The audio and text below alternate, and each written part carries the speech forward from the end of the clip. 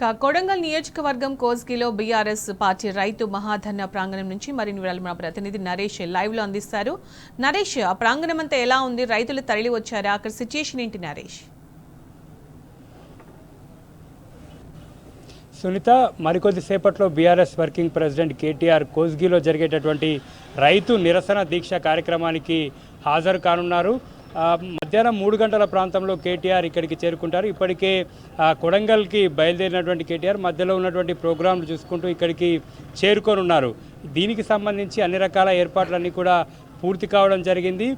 మాజీ ఎమ్మెల్యే పట్టం నరేందర్ రెడ్డి ఆధ్వర్యంలో ఈ యొక్క కార్యక్రమాలు ఆయన దగ్గరుండి పర్యవేక్షిస్తున్నారు. ఇప్పుడిప్పుడే సభాస్థలికి కొడంగల్ నియోజకవర్గంలో ఉన్నటువంటి రైతులంతా కూడా చేరుకుంటున్నారు. బీఆర్ఎస్ పార్టీ రైతుల పక్షాన పోరుబాట పట్టింది, పోరుబాట కొనసాగుతూ ఉంది. ఇప్పటికే నల్గొండ చేవెళ్లలో విజయవంతమైనటువంటి రైతు నిరసన దీక్షలు ఇవాళ సీఎం ఇలాకాలో బీఆర్ఎస్ పార్టీ రైతు నిరసన దీక్ష చేపట్టింది.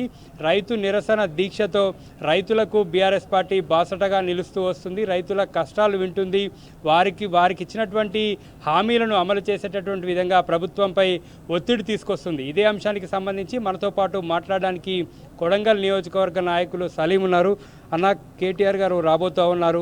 ఎట్లా ఉంది పరిస్థితి? కొడంగల్ నియోజకవర్గం కొంత ప్రత్యేకమైనటువంటి పరిస్థితులు ఉన్న నియోజకవర్గం. ఈ నియోజకవర్గంలో బీఆర్ఎస్ పార్టీ సీఎం తోటి పోరాడుతున్నటువంటి పరిస్థితి ఉంది.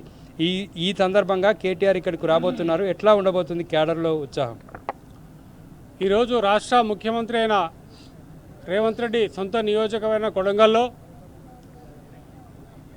ఎన్నికల్లో 100 అబద్ధాలు మాట్లాడి ఎన్నికల్లో లబ్ధి పొందిన కాంగ్రెస్ పార్టీ దగాపడ్డ రైతులు, కొడంగల్ సొంత నియోజకవర్గంలోనే దగాపడ్డ మహిళలు మరియు దగాపడ్డ ప్రజలకు వారికి మద్దతుగా, వారి తరపున మరియు వాళ్ళకి మద్దతుగా నిలవడానికి ఈరోజు రాష్ట్ర వర్కింగ్ ప్రెసిడెంట్ కేటీఆర్ గారి నాయకత్వంలో ఈరోజు కోస్గిలో కొడంగల్ నియోజకవర్గ స్థాయి దీక్ష చేపట్టడం జరిగింది.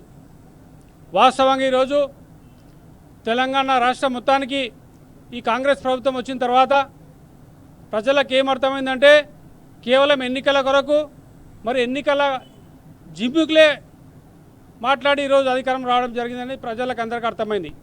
మరీ ముఖ్యంగా కొడంగల్ నియోజకవర్గానికి వస్తే మరి రేవంత్ రెడ్డి గారి యొక్క పాలన ఎలా ఉందంటే ఎక్కడ పోయినా కూడా రైతులను కానీ ప్రజలను కానీ మహిళలకు కానీ ప్రతి ఒక్కరికి ఇచ్చిన హామీలు ఏవి కూడా ఒక్కటి కూడా ఇక్కడ నెరవేర్చలే.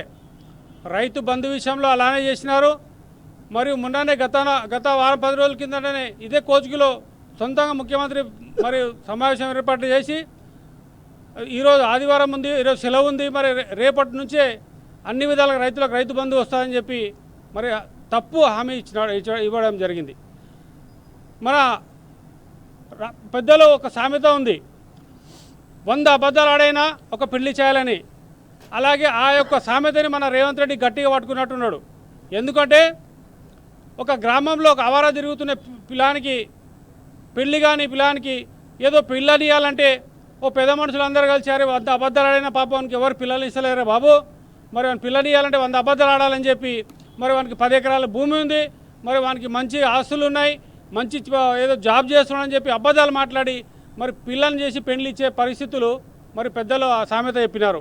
ఆ సామెతని కూడా ఈ రేవంత్ రెడ్డి గత ఎన్నికల్లో మరి అదే దాన్ని ఫాలో అయినట్లు నాకు అనిపిస్తూ ఉంది. ఎట్టి పరిస్థితుల్లో రాష్ట్రంలో కేసీఆర్ గారి నాయకత్వంలో గత 9 సంవత్సరాలుగా మరి అన్ని విధాలుగా ప్రజలు, అన్ని వర్గాల ప్రజలందరూ కూడా సుఖ సంతోషాలతో, రైతులు కానీ అందరూ కూడా సుఖ సంతోషాలు ఉన్న సమయంలో మరి ఈ యొక్క రేవంత్ రెడ్డి అబద్ధపు మాటలు 100 అబద్ధాలు చెప్పిన పెళ్లి ఎలా చేయాలని చెప్పి అన్నారు.